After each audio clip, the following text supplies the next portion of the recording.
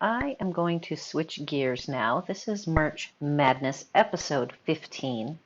I am going to start with my Missing Fish in a Wish series that I never did publish for you. I made the cards, and I will start here with the most recent card that I just did at my little mini retreat. And I used these little glass clear beads. We have some that are current in Stampin' Up, but they're larger. So these were some products that one of the three lovely ladies who joined me had. So I used her stash to make the little bubbles. You could use a clear, like a pearl, any kind of a clear or white. Small rounded dots will work. There are actually a couple right now that Stampin' Up has that might work. Let me grab them. So there's the Milky Dots that has a white, there we go. So this is a little bit milkier, and it's, I think, small enough that you could absolutely get a nice effect with that. There's the Polished Dots that are also small and clear. They're still not quite as dainty, but they're almost there.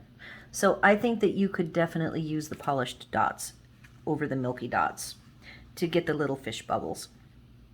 I used a technique to do this background in an ombre effect with, I believe this was using the Barbasol shaving cream method.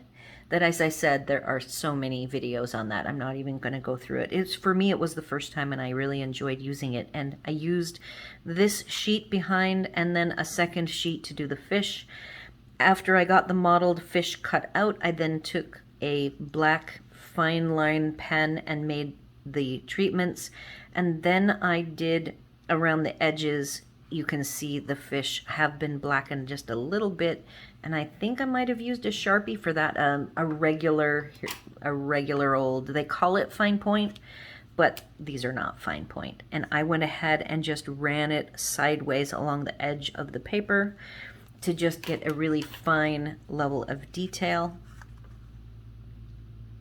The Fish in a Wish has the Sea of Thanks as one of the sentiments. I used the heat emboss. So I stamped this with a color, and then I heat embossed clear over the top of it. So I used a Stamparatus so that after I inked it up and stamped it, I then cleaned it, inked it in Versamark, stamped it, put on the clear embossing powder, and then heat embossed it. I also see that I used some silver dots and so I did some spattering, trying to see all. So this background actually has quite a bit of treatments done to it to get it the nice busy effect. For the front, I used crumb cake. I stamped the little wave stamp. I will show you which one it is here on this set. This set is actually one of my favorite all time. It will be staying in my forever stash. So this kind of looks like a canceled stamp.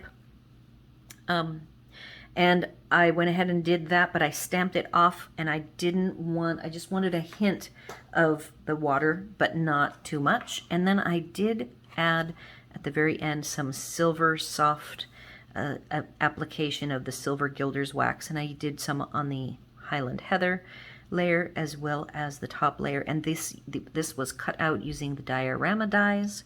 And then finally I just added a black little bow from the Essentials Baker's Twine.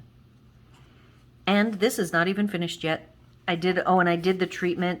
This was done on a watercolor paper because of all the layers I wanted to add to it. So both the fish and the background were created using the Barbasol shaving cream method on watercolor paper. So that's all for today. I will continue the Fish in a Wish until I have used up all of my cards. If you have any comments, questions, or concerns, leave them here on this video or over on my blog. Be sure to like, share, and subscribe, and as always, thanks for watching.